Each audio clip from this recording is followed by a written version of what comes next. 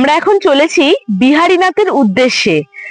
জায়গাটা খুব সুন্দর লাগলো, রাস্তাটা তো আরো বেশি সুন্দর, তাই ইচ্ছে হলো আপনাদের একটু দেখাতে, তাই নেমে পড়লাম। বিহারীনাথ বাঁকুড়া জেলার সর্বোচ্চ শৃঙ্গ। আমরা বিহারীনাথ এসছি। এই রাস্তা দিয়ে ওঠার সময় আপনি সেই পাহাড়ি রাস্তার ফিলিংসটা পাবেন। রাস্তাটা বেশ সুন্দর, জঙ্গলে ঘেরা, আমার বেশ লেগেছে।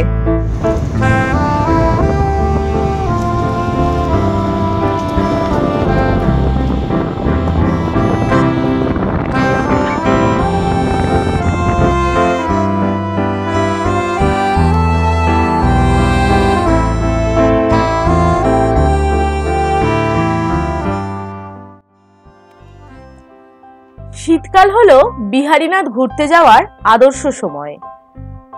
এখানে শীতকালে এলে রোদের মধ্যে ঘুরতে ভালোই লাগবে। চারিদিকটা যদিও রুক্ষ থাকে, তাও ভালো লাগবে।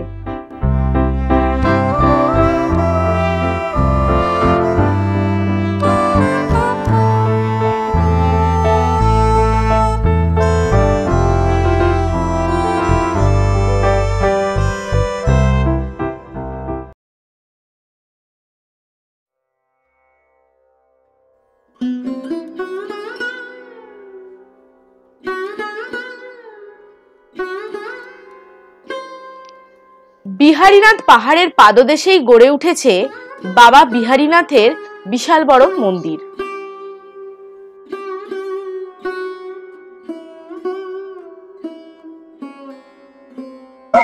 এই মন্দির প্রাঙ্গণে রয়েছে এক বিশাল নিম গাছ। আমরা সবাই জানি নিম প্রকৃতিকে ঠান্ডা করে রাখে। এইখানটাতে তাই একটা ঠান্ডা শীতল বাতাস সবসময় বইছে।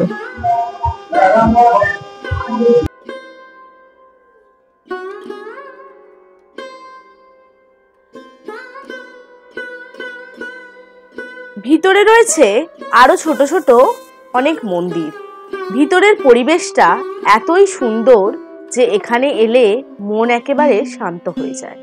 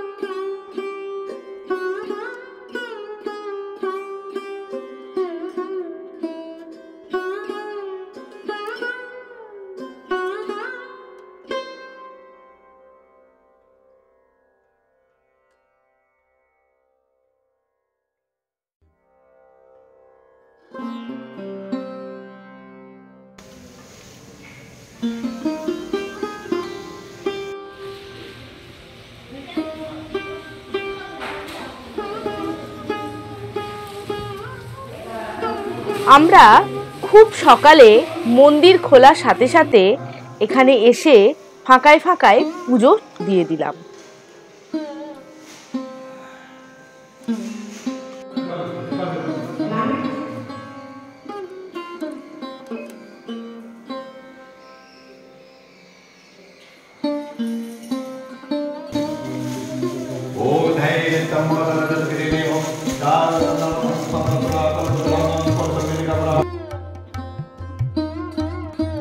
আমরা সোমবার গেছিলাম বাবার মন্দিরে পুজো দিতে। সোমবার করে এখানে ভোগ খাওয়ানোর ব্যবস্থা থাকে, সুতরাং আর দেরি করলাম না। এই সুযোগটা পেয়েই চট করে ভোগ খেতে বসে পড়লাম। এখানে প্রত্যেক সোমবারই অন্নভোগের ব্যবস্থা থাকে। মন্দির লাগোয়া একটি ঘেরা মাঠ মতো জায়গায় ব্যবস্থা ছিল এই ভোগ গ্রহণের। মাঠের মধ্যে খালি মাটিতেই আমরা বসে পড়েছিলাম ভোগ গ্রহণ করতে, যেরমটি ঠিক ছবিতে দেখতে পাচ্ছেন। আয়োজন ছিল কিন্তু যৎসামান্যই, কিন্তু আন্তরিকতার অভাব ছিল না এখানে।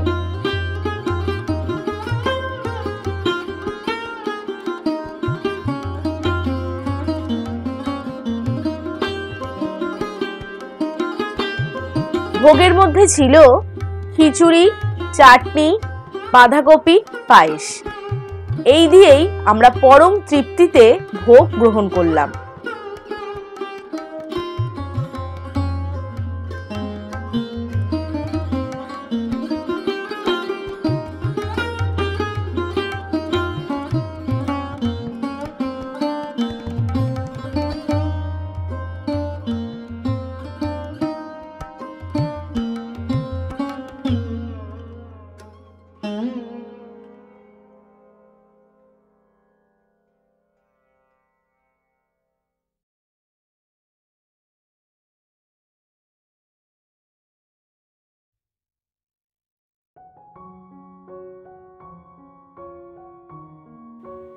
বিহারীনাথে এসে একদম যদি মন্দির লাগোয়া জায়গায় থাকতে চান, তাহলে আপনাদের বুক করতে হবে ওয়েস্ট বেঙ্গল ফরেস্ট ডিপার্টমেন্টের কটেজগুলি। খরচ এখানে মোটামুটি 800 থেকে 900 টাকার মতো।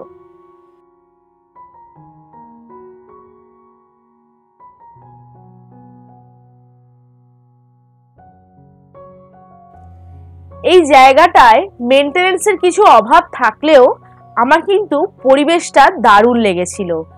আপনার যদি এখানে থাকতে হয় তাহলে এই সম্পর্কিত ব্লগ আগেই আমার চ্যানেলে আছে, আপনারা চাইলে দেখে নিতে পারেন।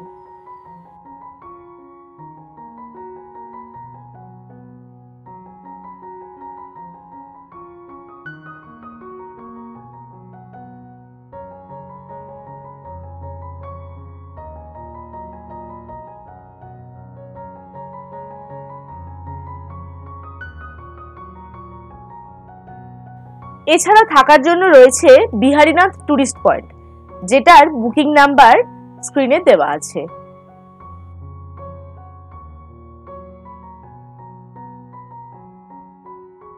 এর ঠিক পাশেই রয়েছে শালতোড়া পঞ্চায়েত পরিচালিত বিহারীনাথ অতিথি নিবাস।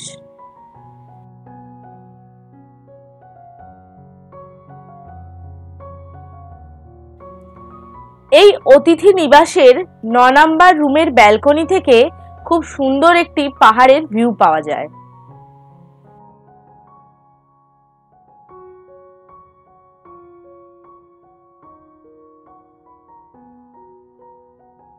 এছাড়াও রয়েছে Biharinath eco tourism.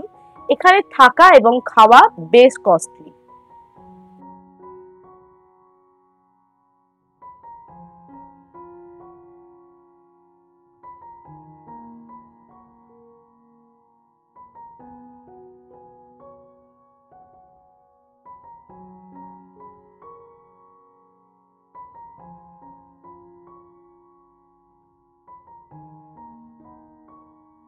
Biharinath eco ট্যুরিজমের পাশেই রয়েছে চিলড্রেন্স পার্ক, যেটা বিহারীনাথ ইকো পার্ক নামে পরিচিত।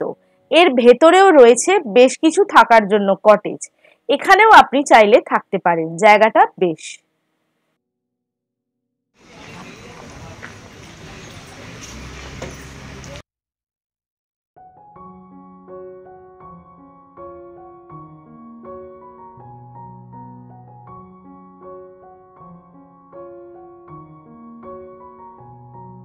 বিহারীনাথ মন্দিরের একদম সামনেই রয়েছে একটা মিষ্টির দোকান। আপনি এখানে চাইলে সকালবেলা চা, ব্রেকফাস্ট থেকে শুরু করে বিকেল বেলারও চা, মিষ্টি এখানে খেতে পারেন, সঙ্গে স্ন্যাক্সের আইটেমে সিঙ্গারা, নিমকি থেকে শুরু করে বিভিন্ন প্রকার মিষ্টিও পাবেন। এখানে কিন্তু অবশ্যই খেয়ে দেখবেন, এই জায়গাটা খেতে ভুলবেন না।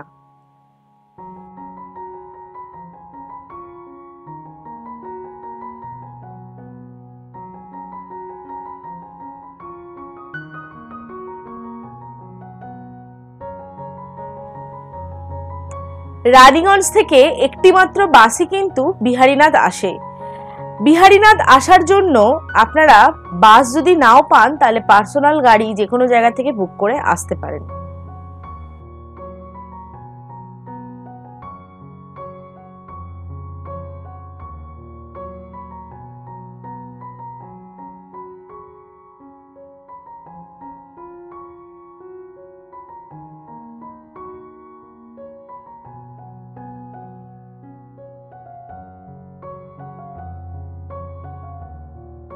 মন্দিরে যাওয়ার আগের রাস্তায় ঠিক ডান দিকে পড়বে পে অ্যান্ড ইউজ টয়লেট।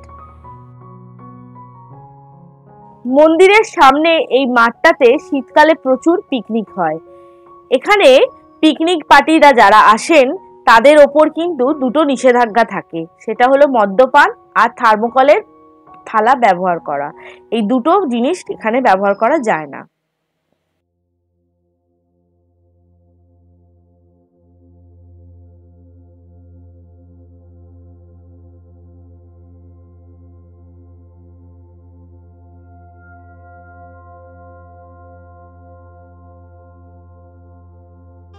আজ আমি চলেছি বিহারীনাথ পাহাড়ের উদ্দেশ্যে।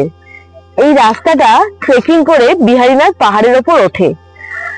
আমি যেখানে ছিলাম কাল রাত্রে এসএফডি এর গেস্ট হাউসে, সেই গেস্ট হাউসের একদম পাশে রয়েছে সেই ট্রেকিং এর রাস্তা। এই রাস্তাটা ধরে ওপরে ট্রেকিং এর রাস্তা। ওপরের টপ পয়েন্ট হচ্ছে 452 মিটার, যদিও অতটা যাওয়া যায় না, আমরা যতটা পারবো ততটা যাব। রাস্তাটা দেখাবো কিরকম রাস্তা। পুরো রাস্তাটাই কিন্তু ট্রেকিং এর, কোনো সিঁড়ি নেই।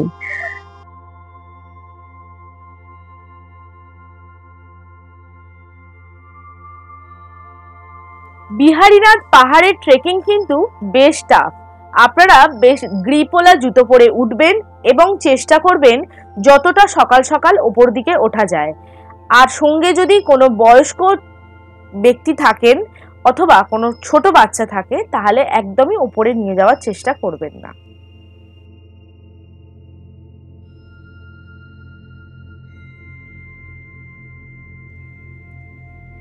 এখানে বিকেলের দিকে ট্রেকিং একেবারেই অ্যাভয়েড করুন, কারণ পাহাড়ে এক বিশেষ ধরনের পোকা থাকে যা গায়ে এসে কামড়ায়।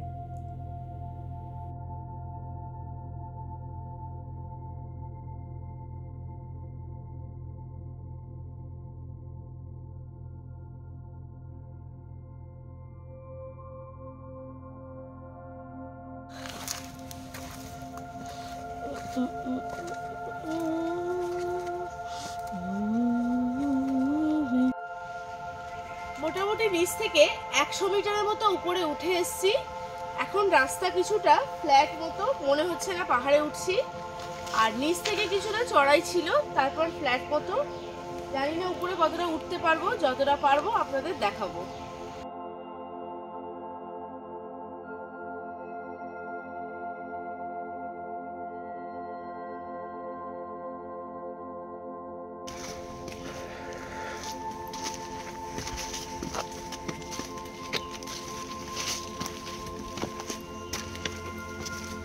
Áudio.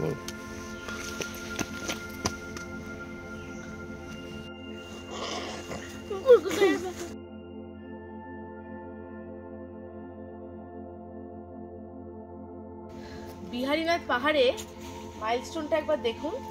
এই পর্যন্ত আমরা এসে পৌঁছেছি। এরপর আমরা ওঠার আর রিস্ক নিচ্ছি না, কারণ সঙ্গে বাচ্চা আছে, তারা আর উঠতে চাইছে না, তাই এই পর্যন্তই থেমে যাচ্ছি। এরপর আরও ওঠা যায়, কিন্তু রাস্তাটা এরপর একটু স্টিফ হয়ে গেছে, তাই আর উঠছি না। এখানে একটু বসবো, একটু সকালে একটু হালকা ফুলকা খাওয়া দাওয়া করবো, করে এখানে প্রকৃতিটা এনজয় করে আবার নিচের দিকে নেমে যাব।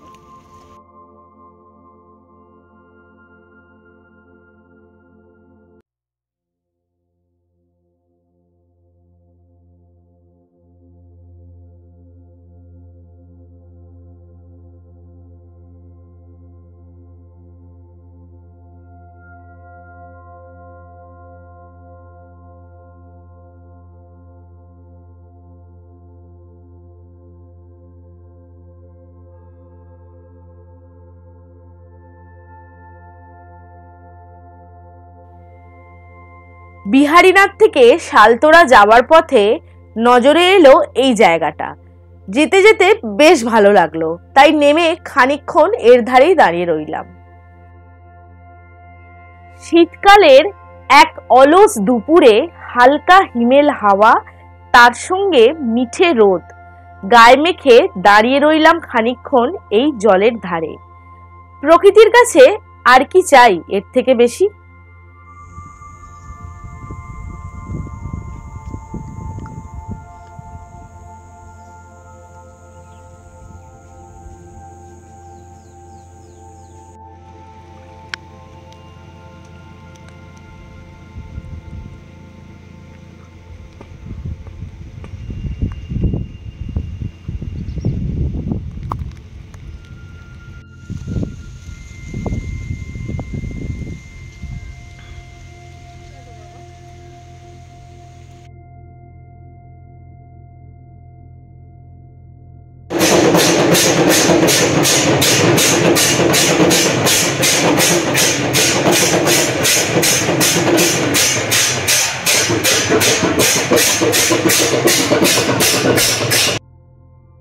এর পরের পর্বে থাকছে বিহারীনাথ মন্দিরে সোমবার সন্ধেবেলা বাবার মহাপুজোর আয়োজন করা হয়, সেই নিয়ে বিস্তারিত আলোচনা।